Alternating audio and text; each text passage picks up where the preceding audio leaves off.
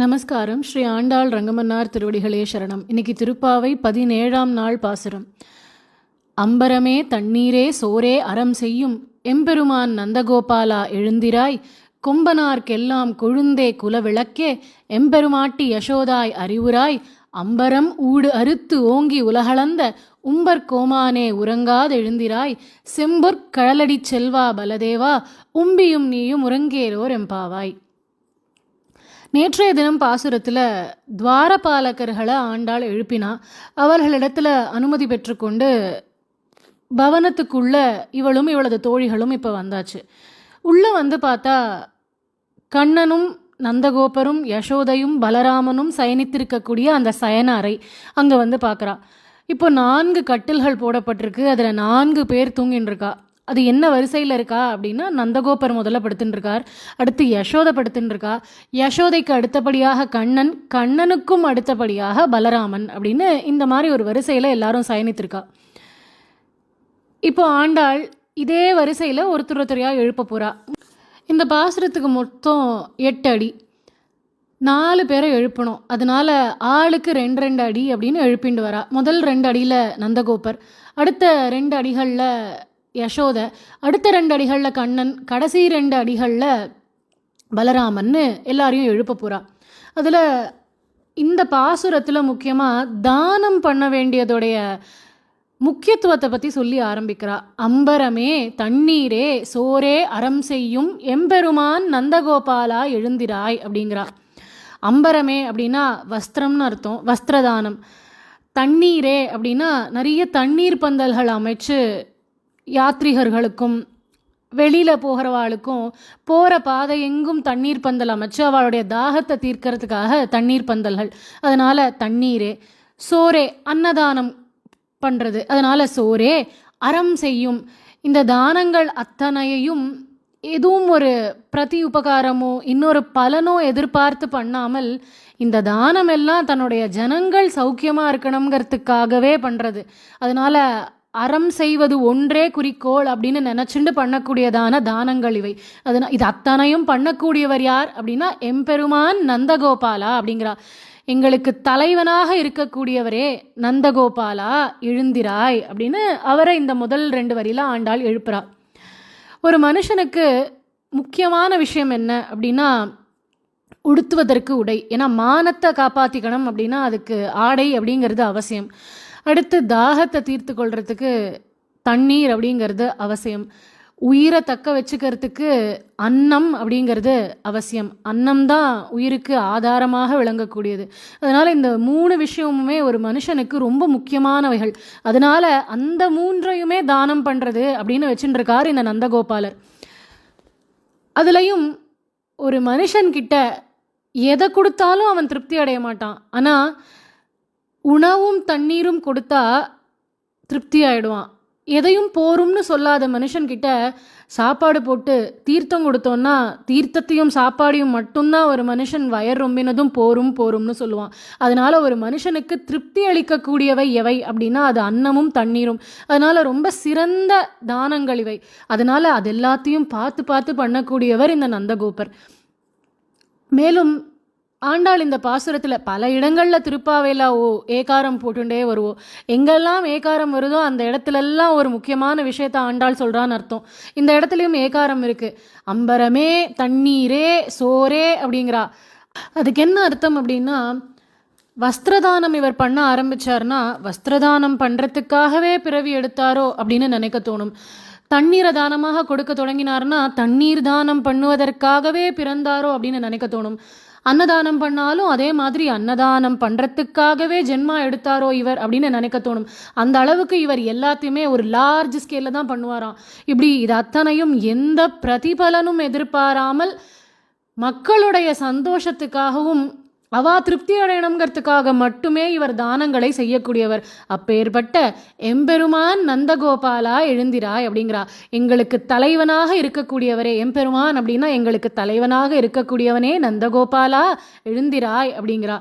மேலும் நீங்கள் வஸ்திரதானம் பண்ணுறீங்கோ, தண்ணீர் தானம் பண்ணுறீங்கோ, அன்னதானம் பண்ணுறீங்கோ, எங்களுக்கு உண்ணும் சோறு பருகும் நீர் தின்னும் வெற்றிலையும் எல்லாம் கண்ணன்னு இருக்கோம் நாங்கள்.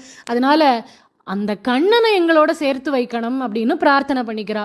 மேலும் பாடுறா, கொம்பனார்க்கெல்லாம் கொழுந்தே குலவிளக்கே எம்பெருமாட்டி யசோதாய் அறிவுராய் அப்படிங்கிறா. இப்போ யசோதையை எழுப்புறா. இவள் எப்பேற்பட்டவள் அப்படின்னா கொம்பனார்க்கெல்லாம் கொழுந்தே அப்படிங்கிறா. கொம்பனார் அப்படின்னா கொம்பு போன்ற சிறுத்த இடையை கொண்ட ஆயர்குல பெண்களுக்கெல்லாம் கொழுந்து போன்றவள் இந்த யசோதை அப்படிங்கிறா.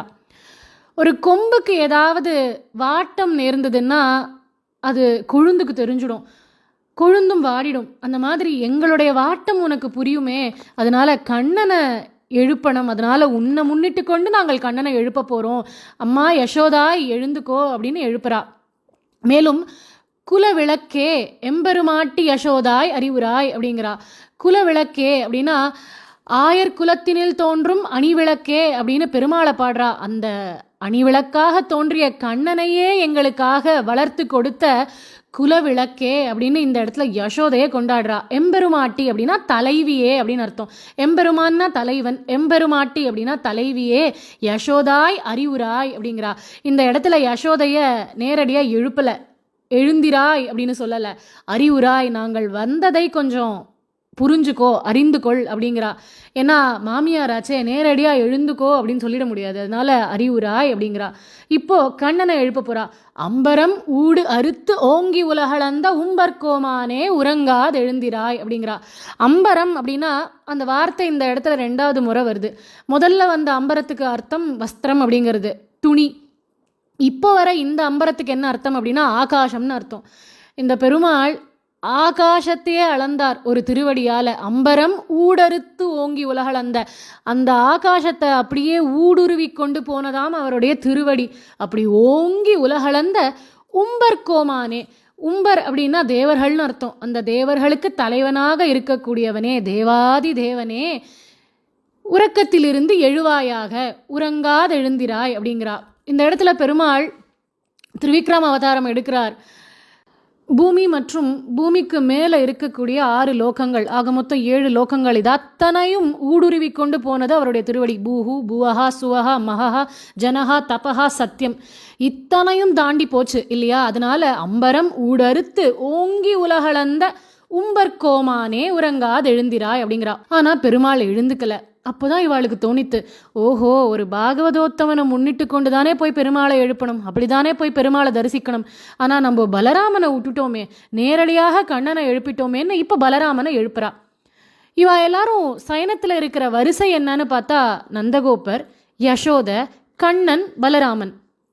ஆனால் இந்த வரிசை சரியில்லையே. அசெண்டிங்கில் பார்த்தாலும் சரி, டிசெண்டிங்கில் பார்த்தாலும் சரி, இந்த வரிசை எப்படி இருந்திருக்கணும்? நந்தகோபர், யசோத, பலராமன், அப்புறம் கண்ணன், ஒன்று அப்படி இருந்திருக்கணும். இல்லை கண்ணனில் தொடங்கினா அப்படின்னா கண்ணன், பலராமன், யசோத, அப்புறம் நந்தகோபர், இப்படி இல்லையோ இருந்திருக்கணும். இது ரெண்டுமே இல்லாமல் இது என்ன புது வரிசை அப்படின்னா, எதனால அம்மா அப்பா இருக்கா, அதுக்கப்புறம் கண்ணன் இருக்கான், கடைசியாக பலராமன் இருக்கார். ஏன் இந்த மாதிரி ஒரு வரிசையில் படுத்துட்டு இருக்கான்னா, ஒரு பக்கம் காவலுக்காக யசோதையும் நந்தகோபரும் இருக்கா, மறுபக்கம் காவலுக்காக பலராமன் இருக்கார். அதனால் கண்ணனுக்கு எந்த ஆபத்தும் நேரக்கூடாது, அந்த குழந்தை கண்ணனை பாதுகாக்கணும்னு இந்த மாதிரி ஒரு வரிசையில் எல்லாரும் சயனத்தில் இருக்கா. இப்போது ஆண்டாள் அந்த பலராமனை பார்த்து பாடுறா. செம்பொற் கடலடி செல்வா பலதேவா அப்படின்னு கூப்பிடுறா. அவருடைய திருவடிகளில் செம்மையான பொன்னாலான கழல்கள், அதாவது தண்டைகள் போட்டுருப்பாராம் பலராமன். அது எதுக்காக அப்படின்னா அது வீரத்திற்கான ஒரு சின்னம். அசுர கூட்டங்களையெல்லாம் கொன்றார் அப்படின்றதுனால ஒரு வீரத்தின் வெளிப்பாடாக, வீரத்தின் சின்னமாக அவருடைய கால்களில் தங்கத்தாலான அந்த தண்டைகள் இருக்கான். அதனால செம்பொற் கடலடி செல்வா அப்படிங்கிறா. பெரிய செல்வந்தன் நீ அப்படிங்கிறா. ஏன்னா ஆண்டாளுக்கு தெரியும் இது ஆதிசேஷன் ஆச்சே, ஆதிசேஷனுடைய அவதாரம் தானே பலராமன். ஏன்னா பெருமாள் கண்ணனாக அவதாரம் பண்ணுறதுக்கு முன்னாடி ஆதிசேஷன் தான் தேவகியினுடைய கர்ப்பத்துக்குள்ளே பிரவேசித்து அவள் கர்ப்பத்தையே சுத்தி பண்ணாராம். அவர் சுத்தி பண்ணதுனால தான், அவருடைய திருவடியானது அவளுடைய கர்ப்பத்தில் பதிஞ்சதுனால தான் கண்ணன் எந்த ஆபத்தும் இல்லாமல் நல்லபடியாக அவதாரம் பண்ண முடிஞ்சது. அதனால செம்பொற் கடலடி செல்வா பலதேவா. இவர் எதனால பலதேவர்? பலம் கொண்டவர், அதனால பலதேவர். அது மட்டும் இல்லை, இவர் ஆதிசேஷனாக இருந்து கொண்டு பெருமாளுக்கு பலவாறு கைங்கரியம் பண்ணக்கூடியவர், அதனாலையும் பலதேவர் அப்படின்னு இவரை சொல்லலாம். பொய்கை ஆழ்வார் அவருடைய பாசுரத்தில் ரொம்ப அழகாக சொல்கிறார் இந்த ஆதிசேஷனை பற்றி. சென்றால் குடையாம், இருந்தால் சிங்காசனமாம், நின்றால் மரவடியாம், நீள் கடலுள் என்றும் புனையாம், மணி விளக்காம், பூம்பட்டாம், புல்கும் அணையாம், திருமார்க்கு அரவு அப்படிங்கிறார். இந்த ஆதிசேஷன் எப்படி பெருமாளுக்கு, அதாவது அனந்தாழ்வான் பெருமாளுக்கு எப்படி கைங்கரியம் பண்ணுறார் அப்படின்னா, பெருமாள் எழுந்து நடந்தான் அப்படின்னா சென்றால் குடையாம், அவனுக்கு குடையாக போவாராம். பெருமாள் ஒரு இடத்துல அமர்ந்தார் அப்படின்னா அந்த பெருமாளுக்கு சிம்மாசனமாக மாறிடுவாராம் இந்த ஆதிசேஷன். பெருமாள் ஒரு வேளை எழுந்து நிற்கணும்னு நின்றார்னா அவருடைய பாதுகையாக மாறுவாராம் ஆதிசேஷன். நீள் கடலுள் என்றும் புனையாம், பெருமாளுக்கு அந்த பார்க்கடல்ல அவர் சயனிப்பதற்கு ஏற்ற பாம்பு படுக்கையாகவும் இருக்கார் இந்த ஆதிசேஷன். அதனால நீழ்கடலுள் என்றும் புனையாம். மணி விளக்காம், இவருடைய சிரசிலேயே மாணிக்க கற்கள் இருக்கு, அதனால இவர் மணி விளக்காகவும் திகழக்கூடியவர். பூம்பட்டாம், பெருமாளினுடைய அழகிய வஸ்திரமாகவும் விளங்கக்கூடியவர். புல்குமணையாம், அதாவது பெருமாள் தழுவிக்கொள்வதற்கு உரிய தலையணையாகவும் இருக்காராம் இந்த ஆதிசேஷன். திருமார்க்கு அரவு, அதாவது திருமார்க்கு அப்படின்னா பெருமாளுக்கு இந்த பாம்பானது ஆதிசேஷன் அப்படிங்கிற அந்த நித்தியசூரி இந்த மாதிரி பலவாறு கைங்கரியங்கள் பண்றார். அதனால பலதேவா உம்பியும் நீயும் உறங்கேலோர் எம்பாவாய் அப்படிங்கிற ஆண்டாள். உம்பியும் அப்படின்னா உன் தம்பியும் நீயும் துயில் எழுவீர்களாக அப்படின்னு ஆண்டாள் இந்த பாசுரத்துல நந்தகோபர், யசோத, கண்ணன், பலராமன் எல்லாரையும் எழுப்புறா.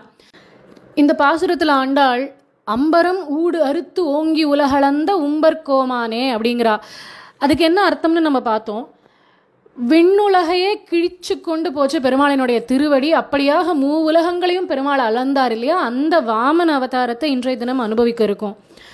பிரகலாதனுக்கு நரசிம்மர் ஹிரண்யகசிபுவுடைய வதம் நிகழ்ந்ததுக்கு அப்புறமா பிரகலாதனுக்கு பட்டாபிஷேகம் பண்ணி வச்சார். அசுர குலத்துக்கே இவன் ராஜா அப்படின்னு அவனுக்கு பட்டாபிஷேகம் பண்ணி வச்சார் நரசிம்மர். பிரகலாதனுக்கு ஒரு மகன் பிறந்தான், அவனது பெயர் விரோச்சனன். அந்த விரோச்சனனுக்கு ஒரு புள்ள பிறந்தான், அவன்தான் மகாபலி. அதனால பிரகலாதனுடைய பேரன் தான் இந்த மகாபலி. இந்த மகாபலி ராஜாவா இருந்துட்டு இருக்கிற சமயத்துல அசுர குலத்துக்கும் தேவர் குலத்துக்கும் ஒரு போர் நடந்தது, ஒரு யுத்தம் நடந்தது, கடும் யுத்தம். அந்த யுத்தத்துல தேவேந்திரன் தனது வஜ்ராயுதத்தை கொண்டு மகாபலியை தாக்க மகாபலி இறந்தே போனான். அப்போ மகாபலி போயிட்டான்ற விஷயம் மகாபலியினுடைய குருவான சுக்ராச்சாரியாருக்கு தெரிய வருது. அவர் தான் அசுரகுலத்தின் குரு சுக்ராச்சாரியார். அவர் கேள்விப்படுறார், இவன் மகா குரு பக்தன், மகாபலிக்கு குருவின் இடத்துல அத்தனை பக்தி, அவ்வளவு மரியாதை, தன் சிஷ்யனுக்கு இப்படி ஆயிடுத்தேங்கிறது அவரால் தாங்க முடியல. அதனால உடனேவே சஞ்சீவனி மந்திரத்தை ஜபிச்சு மகாபலிக்கு உயிர் ஊட்டினார் சுக்ராச்சாரியார். மேலும் அதர்வன வேதத்தில் சொல்லப்பட்டிருக்கிற மந்திரங்களை எல்லாம் ஜபிச்சு இவனுக்கு மேலும் சக்தியை ஊட்டி திருப்பியும் போருக்கு அனுப்பி வச்சார் சுக்ராச்சாரியார். இப்போ இந்திரனுக்கு தெரிய வருது, இந்த மாதிரி மகாபலி உயிர்த்து எழுந்தான், மேலும் ரொம்ப திடகாத்திரமா சக்தி வாய்ந்தவனா இப்போ பலசாலியா ஸ்வர்கலோகத்தை நோக்கி படையெடுத்து வந்துட்டு இருக்கான் அப்படிங்கிறது இந்திரனுக்கு தெரியறது. உடனே இந்திரன் தேவ குருவான பிரகஸ்பதியின் இடத்துல ஓடுறான், போய் சொல்றான், இப்போ மகாபலி வரானே என்ன பண்றது அப்படின்னு. உடனே தேவகுருவான பிரகஸ்பதி சொல்றார், அவனுக்கு அவனுடைய குருவினுடைய அனுகிரகம் பரிபூரணமாக இருக்குது. ஏன்னா ஆச்சாரியன் இடத்துல அவ்வளவு மரியாதையோடும் பக்தியோடும் இருக்கான் மகாபலி. அதனால் குரு அனுகிரகம் பரிபூரணமாக பெற்றவன் அவன். அதனால் இப்போ அவனை ஜெயிக்கிறதுங்கிறது நடக்காது. வேணா ஒன்று பண்ணுங்கோ, நீங்கள் எல்லாரும் சொர்க்கத்தை தியாகம் பண்ணிட்டு எங்கேயாவது போய் மறைஞ்சிருந்து கொஞ்ச காலம் வாழுங்கோ. இப்போ மகாபலி வருவான், நீங்கள் யாரும் இல்லைன்னதும் உலகங்களையும் அவனே ஆட்சி புரியறதுன்னு தொடங்குவான். அதன் காரணமாக அவனுக்கு கர்வம் தலை தூக்க ஆரம்பிக்கும். அந்த கர்வம்ங்கிறது வந்ததுக்கு அப்புறமா ஆச்சாரியன் இடத்துல அபச்சாரப்படுவான். அதன் விளைவா அவனுடைய ஆச்சாரியனே அவனை சபிப்பார். அப்போ உங்களுடைய நீங்கள் இழந்த இந்த ஸ்வர்க்க பதவியும் உங்களுக்கு திருப்பி கிடைச்சிடும் அப்படின்னு பிரகஸ்பதி இந்த இடத்துல அறிவுரை சொல்றார் இந்திரனுக்கு. அதை கேட்டுண்ட இந்திரனும் மற்ற தேவர்களும் ஸ்வர்க்கத்தை தியாகம் பண்ணிட்டு அங்கேருந்து எங்கேயோ ஓடி போய் ஒழிஞ்சுனுட்டா. இப்போ தேவர்களின் தாய் அப்படின்னு இருக்கக்கூடிய அதிதி தேவி தன் கணவரான கஷ்யபர் இடத்துல முறையிடுறா. இப்படி ஆயிடுத்தே சுவாமி, தேவர்கள் எங்கன்னு தெரியல, என் பிள்ளைகள் எல்லாரும் எங்கே போயிட்டான்னு தெரியல, அவளோட தேவ பதவியும் போச்சு, ஸ்வர்க்க பதவியும் போச்சு, இப்போ எல்லாரும் எங்கன்னே தெரியலையே அப்படின்னு வருத்தப்படுறா. அப்போது கஷ்யப்பர் அதித்திக்கு ஒரு விரதத்தை சொல்லி அதை அனுஷ்டிக்க சொல்லி அறிவுறுத்துறார். அது என்ன விரதம் அப்படின்னா பயோவிரதம் அப்படின்னு 12 நாட்களுக்கு பெருமாளை தியானம் பண்ணிட்டு பால் சாப்பிட்டுண்டு ஒரு விரதம். அது பால் மட்டுமே அருந்தணும் அந்த விரதத்தின் பொழுது. ரொம்ப பக்தியோட ஸ்ரத்தையாக இந்த விரதத்தை நீ மேற்கொண்டனா பெருமாள் உனக்கு நல்ல வழி காட்டுவான் அப்படின்னு கஷ்யப்பர் சொல்கிறார். உடனே அதித்தி தேவியும் நம்பிக்கையோடும் பக்தியோடும் அந்த 12 நாட்கள் அந்த விரதத்தை ரொம்ப ஸ்ரத்தையாக அனுஷ்டிச்சா. அதன் பலனா 12 நாட்கள் முடிஞ்ச உடனே பெருமாளே அவளுக்கு முன்னாடி பிரத்யக்ஷமாக தோன்றினார். அப்போது அதித்தியின் இடத்துல கேட்கிறார், என்ன வேணும் உனக்கு அப்படின்னு. உடனே அதித்தி சொல்கிறா, மகாபலியால் தான் என் பிள்ளைகள் எல்லாத்தையும் இழந்து இப்போ எங்கேயோ காணாமலே போயிட்டா. அதனால் மகாபலியை நீங்கள் அழிக்கணும், என் பிள்ளைகள் இழந்த பதவியை நீங்கள் மீட்டு கொடுக்கணும் அப்படின்னு பிரார்த்தனை பண்ணுறா. அதுக்கு பெருமாள் சொல்கிறார், விரதத்தில் ஒரு குறைவும் இல்லை, பக்தியோடையும் நம்பிக்கையோடையும் நீ விரதத்தை அனுஷ்டிச்ச, ஆனாலும் நீ கேட்கக்கூடிய ஒரு பிரார்த்தனையை என்னால் நிறைவேற்ற முடியாது, மகாபலியை என்னால் அழிக்க முடியாது அப்படிங்கிறார் பெருமாள். பெருமாளே அப்படி சொல்கிறார் அப்படின்னா குருவினுடைய அனுகிரகம் பரிபூரணமாக பெற்றவன் அந்த மகாபலி. குருவின் இடத்துல எவன் ஒருவன் மரியாதையோடும் பக்தியோடும் நடந்துக்கிறானோ பகவானே அவளை தண்டிக்க மாட்டான். அதனால் பெருமாள் சொல்கிறார், மகாபலியை என்னால் அழிக்க முடியாது அப்படிங்கிறார். அப்போது அதித்தி தேவி அப்பவும் பெருமாள் மேலே நம்பிக்கையோடும் பக்தியோடும் மேலே சொல்கிறா, பெருமாளே உனக்கும் ஆகாத காரியம்னு ஒன்று உண்டா, உன்னால் பண்ண முடியாததுன்னு ஒன்று உண்டா, ஒருவேளை அவனை அழிக்கக்கூடாது அப்படின்னா பரவாயில்ல, ஆனால் என் பிள்ளைகள் இழந்த பதவியை நீ மீட்டு கொடுக்கலாமே, அவள் எங்கன்னே தெரியலையே, காணாமலே போயிட்டாளே, அதனால் அவள் பதவியை நீ மீட்டு கொடுக்கலாமே அப்படின்னு கேட்கிறா. அதுக்கு பெருமாள் அதித்தியை பார்த்து சொல்கிறார், என்னை நோக்கி செய்யப்படும் எந்த பிரார்த்தனையும் பலன் அளிக்காமல் போகாது அப்படின்னு பெருமாள் இந்த இடத்துல ஸ்ரீமத் பாகவத புராணத்தில் அதித்தியின் இடத்துல சொல்கிற மாதிரி நம்மளுக்கு சொல்கிறார். பெருமாளை நோக்கி நம்ம செலுத்தக்கூடிய எந்த பிரார்த்தனையும் பலன் அளிக்காமல் போகாது. பலன் தாமதமாக வேணால் கிடைக்கலாம், அவரவர் கர்மவினையை பொறுத்து உடனே நடக்கலாம், தாமதப்பட்டு நடக்கலாம், எது நடந்தாலும் அது அவனுடைய அனுகிரகம் அப்படிங்கிறது ஒன்று. ஆனால் அவனை நினச்சி ஒரு பிரார்த்தனை பண்ணுறோம்னா அது கட்டாயம் பலன் அளிக்கும் அப்படின்னு பெருமாள் சொல்கிறார். அவரவர் நம்பிக்கையை பொறுத்து, அந்த கணக்கும் பெருமாள் சொல்கிறார், அவரவர் நம்பிக்கையை பொறுத்து பலன் கட்டாயம் கிட்டும்.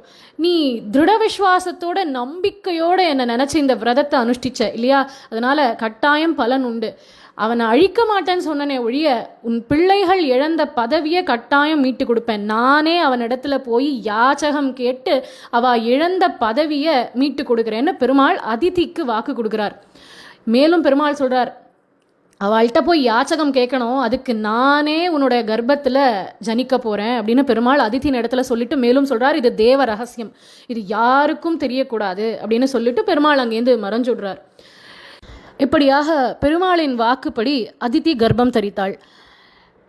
ஒரு பத்ரபாத மாதம், அதாவது ஆவணி அமாவாசை தொடங்கி புரட்டாசி அமாவாசை வரைக்கும் இருக்கக்கூடிய அந்த இடைப்பட்ட காலம், அதில் ஒரு வளர்பிறையில் ஒரு சிரவண துவாதசி, அதாவது திருவோணம் துவாதசி திதி அபிஜித் முகூர்த்தம், அந்த ஒரு நல்ல வேளையில் அதித்திக்கு ஒரு ஆண் குழந்தை பிறந்தது. அது யாரும் இல்லை, சாக்ஷாத் அந்த பெருமாளை வந்து அவளுக்கு மகனாக அவதாரம் பண்ணினான். பெருமாளுக்கு திருநாமம் உபேந்திரன், அதாவது அதித்தியோட புள்ள தான் இந்திரன். இந்திரனுக்கு அப்புறமா பெருமாள் அவதாரம் பண்ணதுனால இந்திரனுடைய தம்பி உப இந்திரன், அதனால உபேந்திரன் அப்படிங்கிறது பெருமாளினுடைய திருநாமம். அந்த பெருமாள் அவதாரம் பண்ணுறச்சேவே எப்படி அவதாரம் பண்ணான் அப்படின்னு ஸ்ரீமத் பாகவத புராணம் வர்ணிக்கிறது.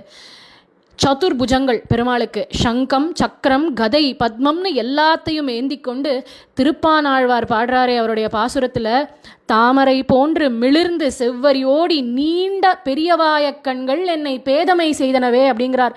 அழகான அந்த செவ்வரியோடிய தாமரை மலர் போன்ற கண்கள், கொவ்வைப்பழம் போன்ற அழகான உதடு, அழகான திருமுக மண்டலம், தலையில் கிரீட்டம், காதுகளில் மகர குண்டலம், கழுத்தில் வனமாலை கௌஸ்துப மாலைன்னு எல்லாத்தையும் அணிந்து கொண்டு மார்பில் ஸ்ரீவத்சங்கிற மரு, அந்த மருவில் சாக்ஷாத் அந்த மகாலட்சுமியே எழுந்தருள் இருக்கா.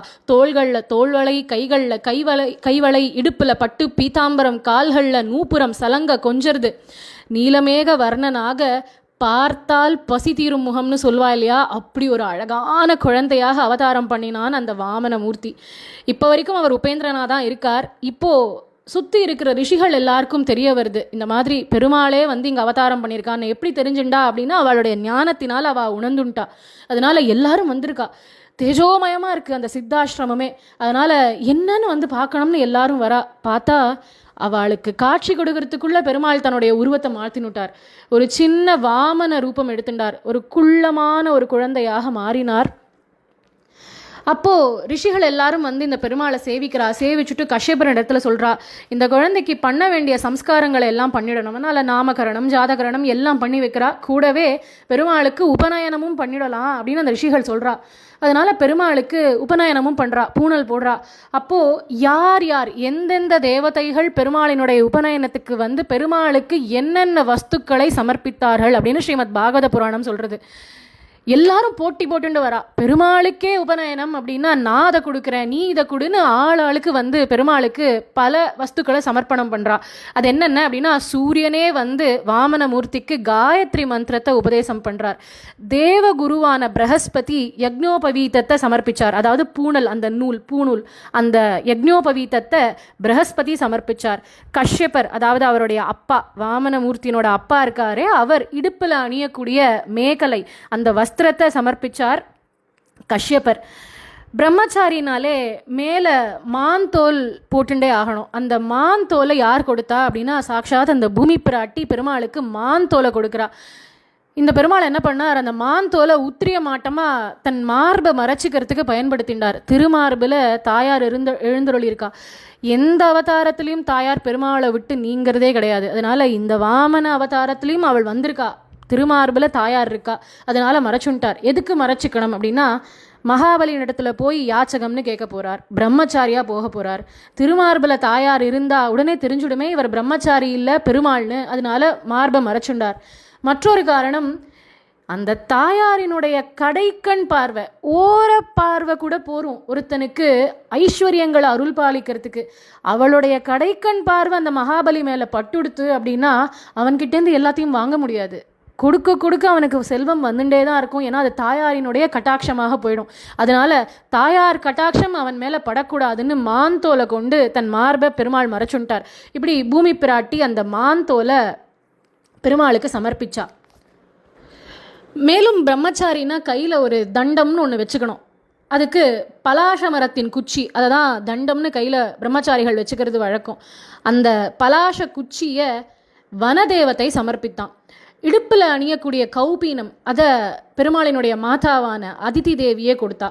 அடுத்து கையில் பெருமாள் ஒரு கொடை வச்சுருப்பாரே, வாமன அவதாரம்னாலே அழகான அந்த கொடை எல்லாருக்கும் ஞாபகம் வரும் இல்லையா? அந்த கொடையை ஸ்வர்கலோகத்து தேவதை ஒருத்தர் சமர்ப்பிச்சார். கமண்டலத்தை பிரம்மாவே சமர்ப்பிச்சார். தர்பை புல், பிராமணன் கையில் இருக்க வேண்டிய தர்பை புல், அந்த புல்லை சப்த ரிஷிகள் பெருமாளுக்கு சமர்ப்பிக்கிறா.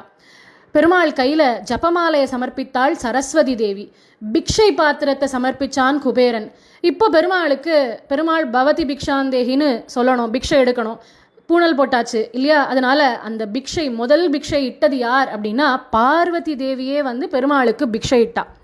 இப்போ இந்த வாமனமூர்த்தி ஒரு பிரம்மச்சாரி பண்ண வேண்டிய சமிதாதானம் எல்லாம் முடித்து கொண்டு ரிஷிகளை பார்த்து கேட்குறார், மகாபலி இப்போ எங்கே இருப்பான், நான் அவனை போய் சந்திக்கணும் அப்படின்னு பெருமாள் கேட்குறார். எல்லாமே வேகமாக நடந்துடுத்து வாமன அவதாரத்தில். அன்றைக்கி தான் பிறந்தார், அன்றைக்கே அவருக்கு உபநயனமும் ஆயிடுத்து, அன்றைக்கே இப்போ மகாபலியும் பார்க்க போகிறார், அன்றைக்கே வையம் அளக்க போகிறார் இந்த பெருமாள். அதனால் மகாபலி எங்கே இருக்கான் அப்படின்னு கேட்குறார். ரிஷிகள் எல்லாரும் சொல்கிறா, அவன் நர்மதா நதியுடைய வடக்கு கரையில் தான் அஸ்வமேத யாகம் பண்ணிட்டு இருக்கான் அப்படின்னு இவாள்லாம் சொல்கிறா. உடனே பெருமாள் விறுன்னு அந்த யாகசாலையை நோக்கி கிளம்புறார். ஒரு கையில் கமண்டலம், இன்னொரு கையில் தண்டம், கொடை எல்லாத்தையும் ஏந்தி கொண்டு வாமன மூர்த்தியாக அந்த யாகசாலைக்குள்ளே நுழையிறார். அங்கே யாகம் நடந்துட்டுருக்கு. அந்த ரிஷிகளும் மகாபலியும் பார்க்குறா. ஒரு பக்கத்துலேருந்து திடீர்னு சூரியன் உதயமான மாதிரி ஒரு ஒளி பிழம்பு. இது எங்கேருந்து இப்படி ஒரு ஒளி வீசுறது, என்ன இப்படி ஒரு தேஜஸ் அப்படின்னு அவள் பார்க்குறா. யார் இவர்னு பார்க்குறா. இவரை பார்க்கறதுக்கு அவளுக்கு தோன்றது, ஒருவேளை சூரியனே இறங்கி வந்துட்டாரோ, இல்லை அக்னிதேவன் வந்திருக்காரோ, இல்லை சனத்குமாரரோ இவர் அப்படின்னு எல்லாரும் பலவாறு யோசிக்கிறா. அப்போது இவரை வரவேற்கிறதுக்காக மகாபலியே எழுந்து வரான். வந்து பெருமாளை உங்களுக்கு நல்வரவு அப்படின்னு வரவேற்று அவருக்கு பாத பூஜை பண்ணுறான் மகாபலி.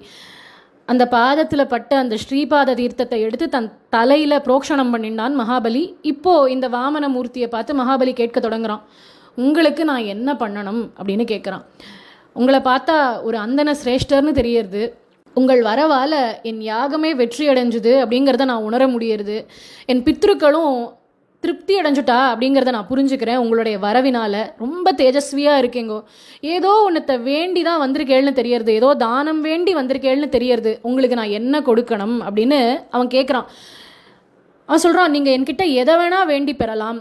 பசுக்கள் வேணுமா, ஸ்வர்ணம் வேணுமா, வீடு நிலம் வேணுமா, இல்லை கல்யாணத்துக்கு தேவைப்படும் உதவி ஏதாவது வேணுமா, இல்லை செல்வ செழிப்பான கிராமங்கள் வேணுமா, குதிரைகள் வேணுமா, யானைகள் வேணுமா, ரதங்கள் வேணுமா, எதை வேணுமானாலும் என்கிட்ட நீங்கள் கேட்டு பெற்றுக்கொள்ளலாம் அப்படின்னு மகாபலி சொல்கிறான். அப்போ பெருமாள் சொல்கிறார், அப்பா சுக்ராச்சாரியாருடைய சிஷ்யன்கிறதையும் நிரூபிக்கிற, உன் வம்சம் பிரகலாதனுடைய வம்சத்தில் வந்தவன்கிறதையும் நீ நிரூபிக்கிற. ரொம்ப பெரிய கொடை வள்ளலாக தான் நீ இருக்க. ஆனால் என் தேவை அவ்வளவுலாம் இல்லை. எனக்கு என் காலால் என் திருவடியால் 3 அடி நிலம் போரும் அப்படின்னு அழுத்தம் திருத்தமாக என் காலால் 3 அடி நிலம் போரும்னு பெருமாள் கேட்குறார். மகாபலி இப்போ சிரிக்கிறான். சிரிச்சுன்னு சொல்கிறான், குழந்தையா இருக்கேன்னு நினச்சேன், ஆனால் புத்தியும் குழந்தை அளவில் தான் இருக்குமா? ஏன்னா என்ன வேணும்னு கேட்டால் அதை வேணும் இதை வேணும்னு கேட்டு ஒருத்தர் பெற்றுக்கொள்ள மாட்டாளா? கொடுக்குறவனுக்கு வேணால் கஞ்சத்தனம் இருக்கலாம், கேட்டு பெற்றுக்கொள்கிறவனுக்கு எதுக்கு கஞ்சத்தனம்? கொடுக்குறவன் வேணா என்கிட்ட இவ்வளோதான்ப்பா இருக்குது, இவ்வளோதான் என்னால் முடியும்னு சொல்லலாம். கொடுக்குற நான் சொல்கிறேன் எல்லாத்தையும் கொடுக்க தயார்னு. வாங்கிக்கிற இடத்துல இருக்கிற நீங்கள் ஏன் வேண்டியதை கேட்டு பெற்றுக்கொள்ளலாமே, பெருசாக எதையாவது கேட்கலாமே. எதனால் வெறும் 3 அடி, அதுவும் உங்கள் காலால் 3 அடின்னா அது எவ்வளவு சின்ன நிலம், அதை போய் கேட்குறேளே அப்படிங்கிறான். அதுக்கு மகாபலி மேலும் சொல்கிறான், ஜம்பு தீபம் போன்ற தீபங்களையே வாரி வழங்கக்கூடிய இடத்துல இருக்கிற என்னிடத்துல 3 அடி நிலம் போருமா உங்களுக்கு அப்படின்னு கேட்குறான். இந்த இடத்துல மெல்ல மெல்ல மகாபலியினுடைய அகங்காரம் தலை தூக்க ஆரம்பிக்கிறது. நல்லவன் தான், ஆனால் அந்த அகம்பாவம்ங்கிறது இந்த இடத்துல இருக்குது அவனுக்கு. அதனால பெருமாள் சிரிச்சுக்கிறார். இந்த அகங்காரத்தை அடக்கிறதுக்கு தான் நான் வந்திருக்கேன் அப்படின்னு பெருமாள் மனசில் எண்ணி சிரிச்சுக்கிறார். பெருமாள் இப்போ ரொம்ப அழகாக பதில் சொல்கிறார். ஒட்டுமொத்த மனித குலத்துக்குமே பெருமாள் இந்த பதிலை மகாபலிக்கு சொல்கிற மாதிரி நமக்கும் சொல்கிறார். என்னென்னா, இல்லை எனக்கு 3 அடி போரும். 3 அடி நிலத்தில் ஒரு மனுஷன் திருப்தி அடையலை அப்படின்னா உலகங்களையுமே அவனுக்கு கொடுத்தாலும் அவன் திருப்தி அடைய மாட்டான். போதும் அப்படிங்கிற அந்த மனசு தானே பொன் செய்யும் மருந்து. அதனால் எனக்கு 3 அடி போரும். ஒரு அந்தணனுக்கு தேவைகள்னு அதிகம் இருக்கக்கூடாது. இந்த 3 அடி நிலத்தை நீ எனக்கு கூட அது போரும் அப்படின்னு. உடனே மகாபலி சிரிக்கிறான். சரி, பெருசாக ஏதாவது கொடுக்கலான்னு நினச்சேன், உங்கள் தேவை அவ்வளோதான், 3 அடி போரும்னு நீங்கள் சொல்கிறச்சே அப்படியே நானும் விட்டுடுறேன், உங்களுக்கு 3 அடி நிலத்தை கொடுக்குறேன் அப்படின்னு கிளம்புறான். அப்போது நில் அப்படின்னு ஒரு குரல் கேட்குறது. யார் அப்படின்னா சுக்ராச்சாரியார். அவர் கேட்குறார், ஏன்பா என்னிடத்துல ஒரு ஆலோசனை பண்ண மாட்டியா? நீ பாட்டு கொடுக்குறேன்னு வாக்கு கொடுத்துட்டு கிளம்புறியே, கொடுக்கறதுக்கு வந்திருக்கிறது யாருன்னு தெரியுமா உனக்கு அப்படின்னார். மகாபலி சொன்னான், தெரியாது. பெருமாள் பாது மகாவிஷ்ணு வந்திருக்கான் உன்னிடத்துல யாச்சகம் கேட்டு 3 அடி நிலம் வேண்டி வந்தவன் உன்கிட்ட இருக்கக்கூடிய 3 உலகங்களையும் கைப்பற்ற போகிறான், அத்தனையும் தேவர்களுக்கு மீட்டு கொடுக்க போகிறான் அப்படின்னு சுக்ராச்சாரியார் சொல்கிறார். அதை கேட்டு மகாபலி சொல்கிறான், இருந்துட்டு போகிறது, வாக்கு கொடுத்துட்டனே, இப்போ என்ன பண்ணுறது அப்படின்னு. அதுக்கு சுக்ராச்சாரியார் சொல்கிறார், பொய் சொல்லு, கொடுக்க மாட்டேன்னு இப்போ சொல்லிடு, இப்போ அதனால் என்ன அப்படிங்கிறார். அதுக்கு மகாபலி சொல்கிறான், அச்சுச்சோ பொய் சொல்லக்கூடாது அப்படின்னு. அதுக்கு மேலும் சுக்ராச்சாரியார் சொல்கிறார், 5 இடங்களில் பொய் சொல்லலாம். இது சுக்ர நீதி, சுக்ராச்சாரியார் சொல்லக்கூடிய நீதி. 5 இடங்களில் பொய் சொல்லலாம். கணவன் மனைவி ஒருத்தருக்கொருத்தர் விளையாட்டாக சில பொய்கள் சொல்லிக்கலாம். 1, கல்யாணம் ஒன்று நல்லபடியாக நடக்கணுங்கிறதுக்காக பொய்கள் சொல்லலாம். அதாவது ஏமாற்றி இல்லாததை சொல்லி கல்யாணம் பண்ணணும் அப்படி இல்லை. எந்த பொய்னால் பாதிப்பு ஏற்படாதோ அப்படிப்பட்ட பொய்களை சொல்லி ஒரு கல்யாணத்தை நடத்தி வைக்கலாம். அது 2. 3வது, கைவசம் இருக்கக்கூடிய பொருள் அத்தனையும் ஒருத்தன் இழக்க நேரிடும் சந்தர்ப்பத்தில் பொய் சொல்லலாம். ஒரு திருடனே வரான், உங்ககிட்ட என்ன இருக்குது அப்படின்னு கேட்குறான். என்கிட்ட இத்தனை சவரன் நகை இருக்குன்னு சொல்லுவோமா, இல்லை எதுவுமே இல்லைன்னு சொல்லுவோமா? எதுவும் இல்லைன்னு தான் பொய் சொல்ல முயற்சி பண்ணுவோம். அதனால் கைவசம் இருக்கக்கூடிய பொருள் அத்தனையும் ஒருத்தன் இழக்க நேரிடுமானால் அங்கே பொய் சொல்லலாம். பிராண சங்கடம், உயிருக்கே ஆபத்து அப்படிங்கிற இடத்துல பொய் சொல்லலாம்.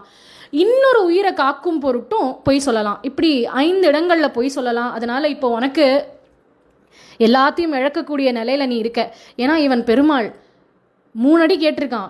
அவன் கேட்குற எதையும் உன்னால் கொடுக்க முடியாது. எப்படி பார்த்தாலும் எந்த ரீதியில் பார்த்தாலும் அவன் அதிருப்தி அடைய தான் போகிறான். ஏன்னா அவன் கேட்கக்கூடியதை கொடுக்குற இடத்துல நீ இல்லைப்பா அப்படின்னு புரிய வைக்கிறார் சுக்ராச்சாரியார். அதனால மறுத்து சொல்லிடு அப்படிங்கிறார். அதுக்கு மேலேயும் மகாபலி சொல்கிறான், சுக்ராச்சாரியார் ஆச்சாரியனுக்கே அறிவுரை சொல்கிறான் மகாபலி. என்னென்னா, பொய் சொல்கிறத விட ஒரு பெரிய அதர்மம் எதுவும் இல்லை அப்படின்னு பூமி பிராட்டியே சொல்லியிருக்கா. மேலும் பூமி பிராட்டி சொல்கிறாளாம், எனக்கு பாரம்ங்கிறது எது தெரியுமா? மலைகளோ பர்வதங்களோ என் மேலே ஓடக்கூடிய நதிகளோ சமுத்திரமோ இது எதையுமே நான் பாரமாக நினைக்கல.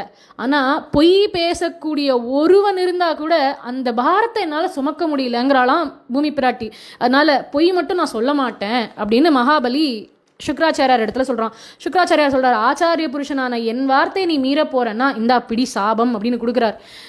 உன் சொத்து அத்தனையும் நீ இழக்க தான் போகிற அப்படிங்கிறார். மகாபலி சந்தோஷமாக அந்த சாபத்தையும் ஏற்றுண்டான். பகவானுக்கு கொடுத்து தான் நான் எல்லாத்தையும் இழக்கணும் அப்படின்னா அந்த நாராயணனுக்கே எல்லாத்தையும் கொடுத்த பெருமை எனக்கு இருக்கும் இல்லையா அப்படின்னு அந்த இடத்துலையும் அவனுக்கு ஒரு சின்ன கர்வம். அதனால் இருந்துட்டு போகிறது அப்படின்னு பெருமாளுக்கு தானம் பண்ணலாம் அப்படின்னு முற்படுறான். அப்போது மகாபலியினுடைய மனைவி விந்தியாவளின்னு பெயர்.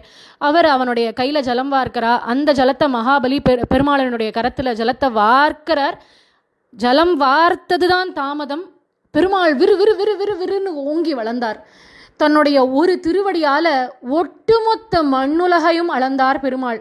மற்றொரு திருவடி விண்ணை கிழித்து கொண்டு மேலே போச்சு. அதுதான் இந்த இடத்துல ஆண்டாள் பாடுறா, அம்பரம் மூடறுத்து ஓங்கி உலகளந்த பெருமாளாக அத்தனை மேல் லோகங்களையும், பூமிக்கு மேலே 6 லோகங்கள், பூமிக்கு கீழே 7 லோகங்கள் எல்லாத்தையும் அளந்துட்டார் பெருமாள். இப்போ பெருமாள் கேட்குறார் மகாபலியை பார்த்து, அடுத்த அடி எங்கே வைக்கிறது அப்படின்னார். அப்போ மகாபலிக்கு புரிஞ்சுது, கர்வத்தால் இப்படி ஆட்டமாக ஆடிட்டோமே, எல்லாம் என்னதுன்னு சொல்லிட்டு இருந்தனே, என்னது எதுவுமே இல்லைங்கிறது இப்போ புரியுறது. பகவானே, எல்லாத்து மேலேயும் உன் திருவடி பட்டது. பாவப்பட்ட ஒரு ஜீவன் இருக்கு, அதன் மேல் மட்டும் உன் திருவடி படலை. அதனால கிரீடத்தை கழட்டினான். கர்வத்தின் அடையாளமாக இருக்கக்கூடியது தான் அந்த கிரீடம். அந்த கிரீடத்தை கழட்டி கீழே வச்சான். தன் கைகள் 2ஐயும் கூப்பி கொண்டான். தலையை குனிஞ்சு, என்னையே நான் உங்களுக்கு கொடுக்குறேன், என் தலை மேலே அந்த 3வது அடியை வெய்யுங்கோ அப்படின்னு பெருமாள் இடத்துல சொல்கிறான். இப்படி மகாபலி சொல்லின்னு இருக்கச்சேவே அந்த இடத்துல ஒரு பூர்ண சந்திரன் உதிச்சா மாதிரி ஒரு ஒளி வீசியது. எல்லாரும் என்னதுன்னு பார்த்தா பிரகலாதன் வந்திருக்கான் அந்த இடத்துக்கு. தன் பேரனான மகாபலியை பார்த்து பெருமாள் இடத்துல சொல்கிறான், பெருமாளே, இப்போ நீ அவனுக்கு பண்ணது, அவன் ஐஸ்வர்யங்கள் அத்தனையும் அவன் இடத்துலேருந்து பறித்து கொண்டா, இது அவனுக்கு நீ பண்ண அனுகிரகம் அப்படின்னு பிரகலாதன் சொல்கிறார் பெருமாளை பார்த்து. இதுக்கு உனக்கு என்னுடைய நமஸ்காரங்கள். ஒரு மனுஷனுக்கு செல்வம் அத்தனையும் கொடுத்து எல்லா ஐஸ்வர்யங்களையும் அவன் இடத்துல கொடுத்தா அவன் மனசு ஆத்மா பரமாத்மா அப்படிங்கிற அந்த அறிவு துளியும் இல்லாமல் அழிஞ்சு போக ஆரம்பிச்சிடும். புத்தி எதுலையோ தான் போகும். அதனால அந்த அனர்த்தத்தை விளைவிக்கக்கூடிய ஐஸ்வர்யத்தை அவனிடத்துலேருந்து பறித்ததன் மூலம் நீ அவனுக்கு பண்ணது அனுகிரகம் அப்படின்னு பிரகலாதன் விழுந்து சேவிக்கிறார் பெருமாளை. அப்போது மகாபலியினுடைய மனைவி விந்தியாவளி அவள் பெருமாளை ஸ்தோத்திரம் பண்ணுறா. அவள் சொல்கிறா, எல்லாமே என்னதுன்னு தான் மனிதர்கள் எல்லாரும் இருக்கா. பூமியில் இருக்கிற அத்தனையும் என்னோடது, என்கிட்ட இருக்கிற சொத்து என்னோடதுன்னு நினைக்கிறா. நான் நிஜத்தில் எதுவுமே அவள்து இல்லை, எல்லாமே அழியக்கூடியது, எல்லாமே பெருமாளோடதுங்கிறது அவளுக்கு புரிய மாட்டேங்கிறது. இது எதுவும் நிரந்தரமற்றது அப்படிங்கிறதும் அவளுக்கு புரியல. இப்போ கூட என் கணவர் பாத்தியா பெருமாளே என்ன சொன்னார், என் தலையை நான் உனக்கு கொடுக்குறேன், என் தலையை எடுத்துக்கோன்னு சொன்னார். என் தலைன்னு ஒன்று என்ன இருக்குது, என்னதுன்னு என்ன இருக்குது, இந்த உடம்பே என்னோடது கிடையாது, அப்புறம் என்ன என் தலை. அதனால் இன்னும் கூட அவருக்கு கொஞ்சம் கர்வம் இருக்குது. அதனால் அவருக்கு நீ தான் அனுகிரகம் பண்ணணும் அப்படின்னு விந்தியாவளி அப்படின்னு மகாபலியினுடைய பத்னி பெருமாள் இடத்துல பிரார்த்தனை பண்ணிக்கிறார். இப்போ பிரம்மதேவர் வரார். உலகமே இந்த வாமன அவதாரத்தை பற்றி ஒரு கேள்வி கேட்டுருக்கு. பல பேர் பல சந்தர்ப்பங்களில் அடிக்கடி கேட்பா, பெருமாள் ஏன் மகாபலியை வஞ்சித்தார் அப்படின்னு. பிரம்மா அந்த கேள்வியை பெருமாள் இடத்துல கேட்குறார். பெருமாளே, அவன் தப்பு என்ன தப்பு இவன் பண்ணான்? ஒன்றும் பண்ணலை. எல்லா லோகங்களையும் உனக்கே கொடுத்துட்டான். பொய் சொல்லுன்னு ஆச்சாரிய புருஷன் சொல்லி கூட பொய் சொல்ல மாட்டேன்னு அவரிடத்துலேயே அபச்சாரப்பட்டு அவர்கிட்டயே சாபமும் பெற்றுக்கொண்டு அதுக்கு மேலேயும் பொய் நான் சொல்ல மாட்டேன்னு சொல்லி உனக்கு தானே எல்லாத்தையும் வழங்கினான், அவனையே நீ வஞ்சிக்கணும் அப்படின்னு பிரம்மா கேட்குறார். அதுக்கு பெருமாளினுடைய பதில் ரொம்ப அழகான பதில். பெருமாள் சொல்கிறார், அவனை வஞ்சித்தேன்னு யார் சொன்னான்? எனக்கு ரொம்ப நெருக்கமானவனை யாரை நான் அனுகிரகம் பண்ணணும்னு நினைக்கிறனோ அவளுக்கு நான் பண்ணக்கூடிய அனுகிரகம் என்ன தெரியுமா? அவள் இடத்துல இருக்கிற தனத்தை பறிப்பது தான் நான் செய்யக்கூடிய முதல் அனுகிரகம் அப்படின்னார். திடுக்குன்னு இருக்கலாம் கேட்கறதுக்கு, ஆனால் இதுதான் பகவான் சொன்ன பதில். அந்த தனத்தின் காரணமாக தான் ஒரு மனுஷனுக்கு செல்வ செருக்கு ஏற்படுறது, கர்வம், அகங்காரம், என்ன போல ஒருத்தர் உண்டாங்கிற எண்ணம் அத்தனையும் வருது. அடுத்தவாள் இடத்துல அன்பு பாராட்டுறது இல்லை, மற்றவாளை துச்சமாக மதிக்கிறது, பெருமாள் கிட்ட இருக்கக்கூடிய பக்தியில் கூட அந்த கர்வம் கலந்துடும். நான் பெருமாளுக்கு இந்த கைங்கரியம் பண்ணுறேன், நான் இத்தனை பேருக்கு அன்னம் அளித்தேன், நான் இத்தனை பேருக்கு உதவி பண்ணேன்ற அந்த நான்கிற எண்ணம் ஐஸ்வர்யம் வந்துடுத்துனாலே வந்துடும். அதனால் பெருமாள் என்ன பண்ணார், அந்த ஐஸ்வர்யம் அத்தனையும் பிடுங்கினார். பக்குவப்பட்டதுக்கு அப்புறமாக தான் இந்த தனம் அத்தனையும் ஒரு மனிதனுக்கு வரணும். அப்படி வந்தால் தான் அந்த தனத்தை கொண்டு அவன் பிறரையும் வாழ வைப்பான், தானும் வாழ்வான். அதனால் இந்த இடத்துல பார்த்தோன்னா சுதாமாவுக்கு கூட பெருமாள் என்ன பண்ணார், முதல்ல சுதாமா ரொம்ப கஷ்டப்பட்டார், ஆனால் பக்குவப்பட்ட ஆத்மா அவர். அவ்வளவு தரித்திரத்திலும் எனக்கு குறைன்னெல்லாம் அவர் நினைக்கவே இல்லை. இருக்கிறது போரும், அவருக்கு எதுவுமே இல்லை, சாப்பிட்றதுக்கு கூட உணவில்லை, ஆனாலும் இருக்கிறது போரும்னு இருந்தார். அதனால பெருமாள் அவர் கேட்காமலே அத்தனையும் வாரி வழங்கினான். அதனால பக்குவப்படணுங்கிறதுக்காக பெருமாள் அத்தனையும் இவனிடத்துலேருந்து பறிச்சனே தவிர இவனை நான் கண்டிப்பாக வஞ்சிக்கலை அப்படிங்கிறார். மேலும் பெருமாள் என்னென்ன அனுகிரகம் இந்த மகாபலிக்கு பண்ணார் அப்படின்னா, மகாபலியை பார்த்து சொல்கிறார், அப்பா நீ சுதலலோகத்துக்கு போ. விஸ்வகர்மாவால் நியமிக்கப்பட்ட இடம் அந்த சுதலலோகம். சுதலலோகம்ங்கிறது பூமிக்கு கீழே இருக்கக்கூடிய லோகங்களில் ஒன்று. அந்த சுதலலோகத்துக்கு போ. உன் கூடவே உன் பாட்டனான பிரகலாதனும் வருவான். அவனால் உனக்கு சத் சங்கமும் ஏற்படும், சத் புத்தியும் ஏற்படும். மேலும் கதாபாணியாக நானே உன்னோட அந்த சுதலலோகத்துக்கு வந்து உனக்கு காவலாளியாக அங்கே இருப்பேன் அப்படின்னு பெருமாள் இந்த இடத்துல சொல்கிறார். இங்கே ஒரு கேள்வி வரலாம், எல்லாத்தையும் வாங்கியாச்சு மகாபலிக்கிட்டேருந்து, இன்னும் காவலாளியாக போகிறதுக்கு அவன் இடத்துல என்ன இருக்குது, எதுக்கு பெருமாள் போய் காவல் காக்கணும், என்ன சொத்து இப்போ அவன்கிட்ட இருக்குது பெருமாள் காவல் காக்கிறதுக்கு அப்படின்னா, பெருமாளுடைய பதில் என்னவா இருக்கும், நீயே என் சொத்துடா, உன்னை பாதுகாக்கிறது என் கடமை, அதனால உனக்கு காவலாளியா நானே அங்கே வந்து நிற்பேன் அப்படின்னு பெருமாள் சொல்கிறார். அதுவும் எவ்வளோ நாட்களுக்கு அப்படின்னு சொல்கிறார். இந்த மன்வந்திரம், இப்போ நடக்கிற இந்த வைவஸ்வத மனு, இந்த மன்வந்திரம் முடிகிற வரைக்கும் உனக்கு காவலா கதாபாணியாக சுதலலோகத்தில் நான் உன் கூட இருப்பேன். இந்த மனுவினுடைய ஆட்சி காலம் முடிஞ்சதுக்கு அப்புறமா உனக்கு இந்திர பதவியே கிட்டும் அப்படின்னு பெருமாள் மகாபலிக்கு அனுகிரகம் பண்ணினான். இப்படி பக்குவப்படுத்தி தான் பகவான் அவளுக்கு எல்லாத்தையும் கொடுக்கணும் அப்படின்னு அவளுக்கு அனுகிரகம் தான் பண்ணுறானே ஒழிய அவளை சோதிக்கலை, அவளை வஞ்சிக்கலை. மற்றொரு புறம் இந்திரனை கூப்பிட்டு பெருமாள் அவள் இழந்த அந்த ஸ்வர்க்க பதவியை திருப்பியும் அவள் தேவர்களுக்கே ஒப்படைக்கிறார். ஒப்படைச்சிட்டு மேலும் சொல்கிறார், உங்களுக்கு பலவாறு ஆபத்துகள் வர்றதுனால நானே உபேந்திரனாக வரேன்னு சொல்லி தேவலோகத்துக்கு போய் உபேந்திரனாக அங்கேயே அமர்ந்தார் பெருமாள். உபேந்திரன்னா முன்னாடியே பார்த்தோம், இந்திரனுடைய தம்பி. அதனால் பெருமாளுக்கு இப்போ அங்கேயும் அந்த ஸ்தானத்தில் எழுந்தருளி இருக்கார் உபேந்திரனாக. இப்படி தேவர்களுக்கும் சரி, அசுரகுலத்தின் ராஜாவாக இருந்த மகாபலிக்கும் சரி, பெருமாள் வெவ்வேறு வகையில் எல்லாருக்கும் அனுகிரகம் தான் பண்ணினான். இந்த வாமன அவதாரம் ஏன் ரொம்ப உத்தமமான அவதாரம் அப்படின்னா, இங்கே எந்த சம்ஹாரமும் கிடையாது. பெருமாள் யாரையுமே இந்த இடத்துல கொல்லலை, எல்லாரையும் வாழ தான் வச்சான். அத்தனை பேருக்கும் பெருமாள் இங்கே அனுகிரகம் பண்ணினான். அதனால தான் ஆண்டாள் ஓங்கி உலகளந்த உத்தமன் அப்படின்னு பாடினான். மேலும் பெருமாள் இப்போது சுக்ராச்சாரியாரை பார்த்து சொல்கிறான், மகாபலியினுடைய அந்த அஸ்வமேத யாகம் நான் வந்ததுக்கப்புறம் தடைப்பட்டுருத்து, அதனால் அந்த யாகத்தை பூர்த்தி பண்ணுங்கோ, பண்ண வேண்டிய பிராயஷ்சித்தங்களை பண்ணி, யாகம் தடைப்பட்டு போயிடுது இல்லையா, அதனால் பிராயஷ்சித்தங்களை பண்ணி அந்த யாகத்தை பூர்த்தி பண்ணுங்கோ அப்படின்னு சுக்ராச்சாரியார்கிட்ட பெருமாள் சொல்கிறார். அதுக்கு சுக்ராச்சாரியார் சொல்கிறார், என்ன தடைப்பட்டா என்ன பெருமாளே, உன் நாமாக்கள் இருக்கே, வாமன மூர்த்தியான உன் திருநாமங்கள் இருக்கே, அது போருமே, அதை விடவா ஒரு பெரிய பிராயஷ்சித்தம் அப்படின்னு சொல்லி பிராயஷ்சித்தங்களை பண்ணி யாகத்தையும் பூர்த்தி பண்ணினார் சுக்ராச்சாரியார். இப்போது இந்த வாமன அவதாரத்துக்கு சுகர் பலஸ்துதி சொல்கிறார் ஸ்ரீமத் பாகவத புராணத்தில். இந்த வாமன அவதாரத்தை கேட்கிறவா எல்லாருக்கும் மோக்ஷயம் நிச்சயம் கிட்டும். நம்ம பண்ணக்கூடிய வைதீக கர்மாக்களில் ஏதேனும் தடைகள் ஏற்பட்டுது அப்படின்னா உடனே மனசில் இந்த வாமன அவதாரத்தை தியானம் பண்ணிட்டு இந்த பெருமாளினுடைய திவ்ய நாமங்களை ஜபிச்சுட்டு அந்த காரியத்தை மீண்டும் தொடங்கினா இந்த தடங்கள்னு ஒன்று உண்டாச்சு இல்லையா, அதனால ஏற்படக்கூடிய தோஷங்களோ பாவங்களோ நீங்கி போயிடும். எந்த ஒரு காரியம் தொடங்கிறதுக்கு முன்னாடியும் இந்த வாமன மூர்த்தியை தியானம் பண்ணிட்டு அந்த காரியத்தை தொடங்கினோம் அப்படின்னா தடங்கள் ஏதும் இன்றி நிர்விக்னமாக அந்த காரியம் பூர்த்தி அடையும் அப்படிங்கிறது பலஸ்துதி. நாமும் இந்த 30 நாட்களும் தடையேதும் இல்லாமல் பெருமாளையும் திருப்பாவையையும் அனுபவிக்கிறதுக்கு அந்த வாமன மூர்த்தியையே தியானிப்போம். நாளைய தினம் நாளைய பாசுரத்தை அனுபவிப்போம். ராதே கிருஷ்ணா.